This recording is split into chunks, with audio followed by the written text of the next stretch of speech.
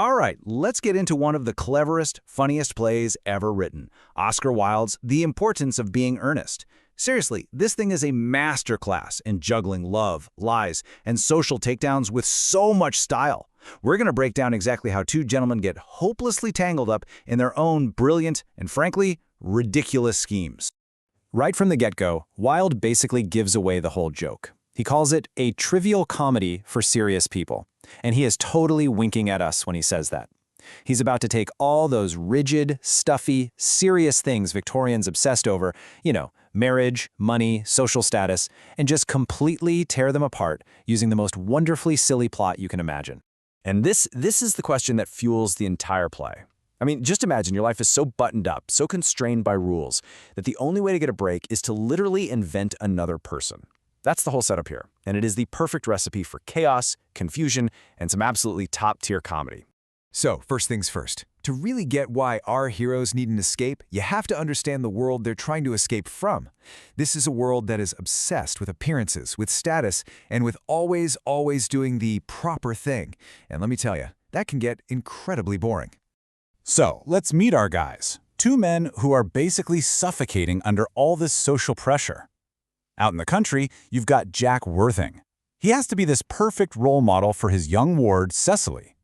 Then in the city, there's his buddy Algernon Moncrief, a super witty guy who is just bored out of his mind by the tedious, high society life. Both of them are absolutely desperate for a way out. And when you feel trapped, you look for a key. For Jack and Algie, that key is deception. But we're not talking about little white lies here. Oh no, they create entire fictional people, a brilliant little strategy that Wilde gives a fantastic name, bunburying. Okay, so Jack's scheme is genius. To everyone in the country, he's the responsible guardian Jack. But to escape that, he's invented this wild, troublesome younger brother named Earnest who supposedly lives in the city.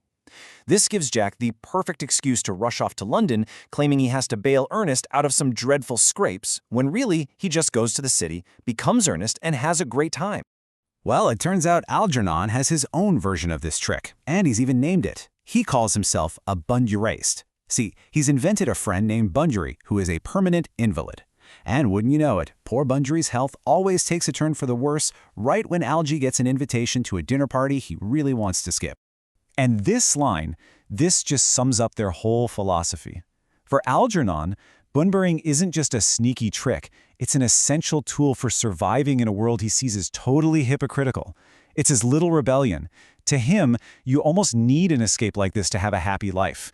For both of these guys, deception feels like a necessity. So, everything's going great, right? Their deceptions are working perfectly until real life, and more specifically love, gets involved. And this is where their whole elegant house of cards starts to get really wobbly. So Jack, while he's in London pretending to be his wicked brother Earnest, goes and falls in love with the very sophisticated Gwendolen Fairfax, who also just happens to be Algernon's cousin. He decides he wants to marry her, and this one simple romantic act is the trigger that sets off the entire farce. But of course, there's a problem. A truly ridiculous, hilarious problem. Gwendolen announces that her ideal has always been to love a man named Earnest. Not because of his character, not because of his personality, but because of the name itself. She says it produces vibrations. So Jack, whose real name is, well, Jack, suddenly realizes his entire lie is now the only thing his future happiness depends on.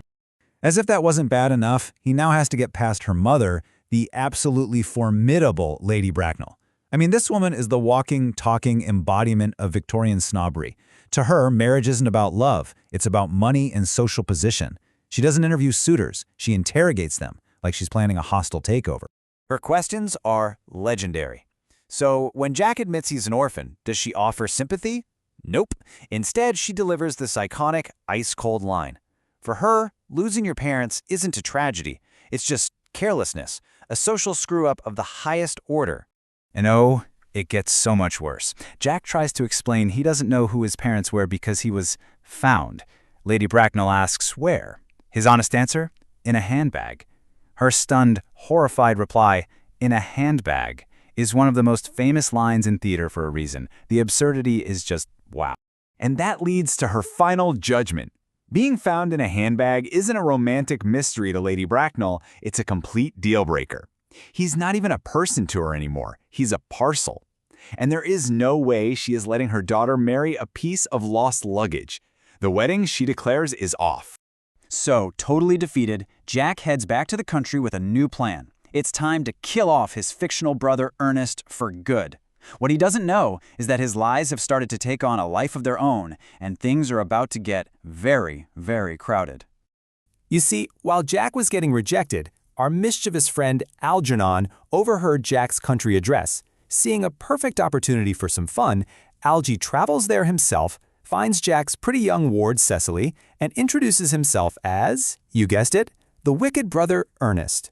And then, with just perfect comedic timing, Jack shows up. But he's dressed head to toe in black, in full mourning clothes. He's ready to deliver the sad, tragic news that his poor brother Ernest has passed away. He has no idea that Ernest is, at that very moment, inside his house, flirting with his ward.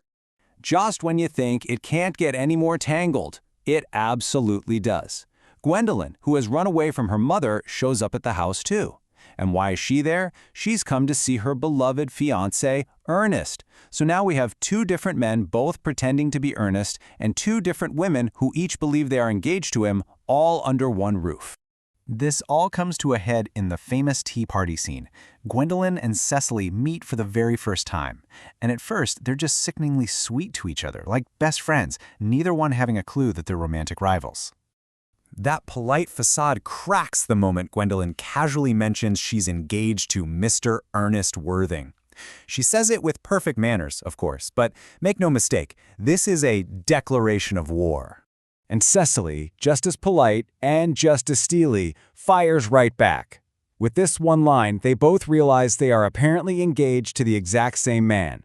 The battle is on, and the men's beautiful, complicated lies are about to be blown wide open. Yeah, to put it mildly. When Jack and Algernon finally walk into the garden, both women demand to know which one of them is Ernest. Jack has to confess he doesn't have a brother at all, and Algernon is revealed to be, well, just Algernon.